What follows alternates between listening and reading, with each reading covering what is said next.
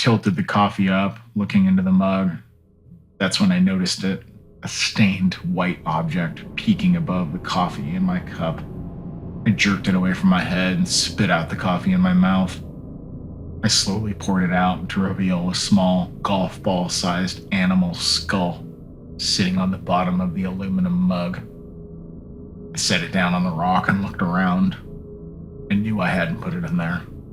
There was nothing around me, just the trail cutting through low brush at the top of a mountain, wind moving across open ground. No trees close enough to hide anyone. No sound except the wind and that dry rustle. I looked back at the skull in the cup. It wasn't a fragment. It was whole. Clean. Tiny teeth. My hands felt wrong, like I'd touched something I shouldn't have. I looked around again, slower this time, horizon to horizon. No cover, no movement, nothing. There was nowhere to hide up here, and I have no idea where someone would have come from. But I knew that somebody had placed it there. I was certain of this. It certainly hadn't gotten there by accident. I grabbed my pack and turned it toward me. The zippers still closed, buckles still clipped. I opened the top. Everything looked the same at first, and then I saw it. My food bag was tied differently. I always double loop it. Now it was a single knot and loose. I untied it. Inside, the top layer of bars was shifted. One wrapper torn open, but not eaten, just opened and pressed back together. I picked it up. I shook it. Nothing. I checked another. The same thing. Opened. Okay, I said. That's not funny. The wind picked up again, long and steady. Under other conditions, it would have been beautiful. But I turned in a full circle, scanning the trail behind me, expecting to see someone. But there was nothing. No footprints. Ground was too hard for that anyway, with compact rock and dirt. I crouched and checked anyway. They were marks, not clear prints, but scuffs, like something had been dragged lightly across the surface. They seemed to circle my camp and then die off. I stood up fast. I shoved the food back in my sealed pack and my fingers slipped twice on the zipper. I grabbed my trekking pole and stepped off the rock. "Hey," I shouted, "if someone's out there, say something." Sound carried out and died. Nothing came back. I waited. Then I heard it. A whistle, soft and short, behind me. Spun around and there was nothing. Just the empty stretch of trail. "Where are you?" I said, but there was no answer. I moved back to my camp spot. Everything looked to be as I left it, but I noticed that my tent was partially collapsed. I stopped.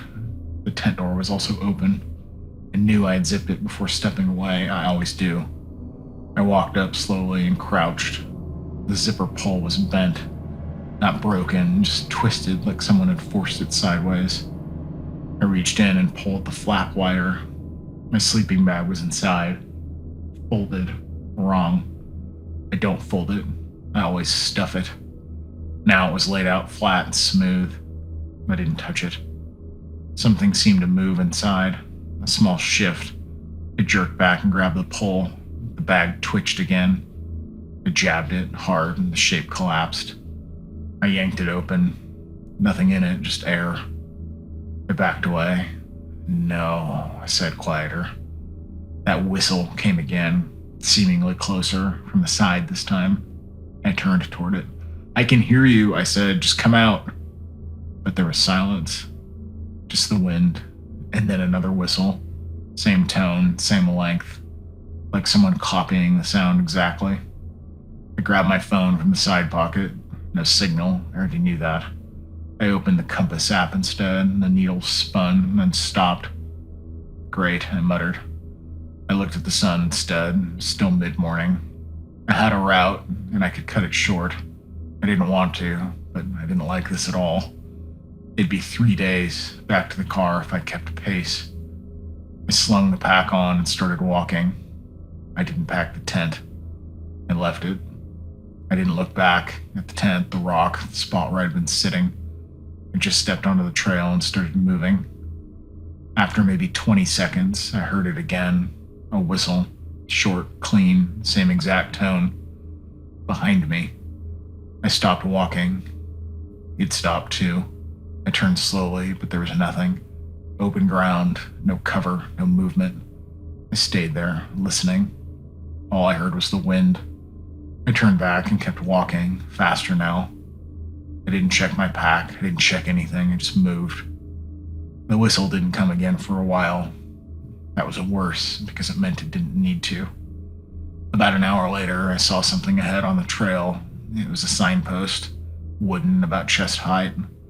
I remember passing it a couple days before, pointed toward the next water source and signaled the trail. But now it was facing the wrong direction, turned completely around. I slowed. No, I said, but I stepped closer and looked. The arrow pointed back the way I'd come. It had been completely reversed. I grabbed the post and tried to twist it, but it resisted and then shifted back with a dry crack. Somebody had forced it. I looked down, and there was something tied to it. What looked to be a strip of fabric. It looked like mine from the inside of my pack. My stomach dropped. Pinned to it, folded small, was a little piece of paper. I didn't touch it at first, I just stared. It wasn't mine, not from anything I brought. Torn from a notebook, maybe. I pulled it free and opened it. 3 words, not written cleanly, pressed hard into the page. You left it. I dropped it and stepped back. No, I said again, and the whistle came again, close, off to my right. I didn't look. I turned the sign back the way it should be and walked, faster. Things started to get really blurry here. I'd been awake for too long at this point, wouldn't sleep again for a while. I didn't stop at all that day. I kept moving. I didn't really eat. I never sat down. Every time I slowed a little, I felt like something closing the distance. Not a sound, but something else. Pressure, like I was being matched. When the light started to go that night, I turned on my headlamp and kept moving. The beam shook with every step. The trail narrowed in places, loose rock underfoot. I slipped once and caught myself, kept moving. No whistle again, not for hours. That was almost worse than hearing it. Sometime deep into the night, I saw something on a rock beside the trail as I trudged on. I almost walked past it and then stopped. It was my tent, folded neatly, back in its carrying sack, set right on top of the rock, like it had been placed there carefully. I stared at it. No, I said. I hadn't gone back. I hadn't circled. I hadn't packed it. There was no way. I stepped closer. Everything was packed. The poles, the tent. Like someone had taken time with it. I looked around. Nothing. Dark in every direction except my beam. I reached out for it and then stopped. And just then, the whistle came again, maybe 20 yards behind me. Same tone, same distance. I pulled my hand back. I kept moving quickly, just left the tent there. I was moving faster now. I didn't look back. I walked all night. The next morning came without me noticing, just the light getting a little more harsh. I kept moving. I didn't sleep. I didn't sit. Every time my legs slowed, I forced them forward again. I drank water. I ate as much as I could as I moved. And around midday, I checked my pack. Things felt off. Not missing, just wrong. Zipper slightly open, straps loosened, my food shifted. I tightened everything and kept going. I don't know if someone touched it or messed with it. I don't know when they would have. I had it on almost the entire time. By now, I was exhausted, running on no sleep. By the second night, I was hearing things. Not the whistle of footsteps, just outside my edge. A sight, just outside of my light. Keeping pace, stopping when I stopped. I tested them, froze mid-step, and there was silence. I took one step forward, and I felt like I heard a step answer in the same rhythm. I didn't speak or call out. I just kept moving. I was exhausted, delirious, but kept putting one foot in front of the other, rested in place. I wasn't about to sit or try and camp. Near morning, I hit another trail marker. This one was a metal sign. It should have listed distances. but now it was blank. The face had been scraped off, deep gouges, enough to remove every word.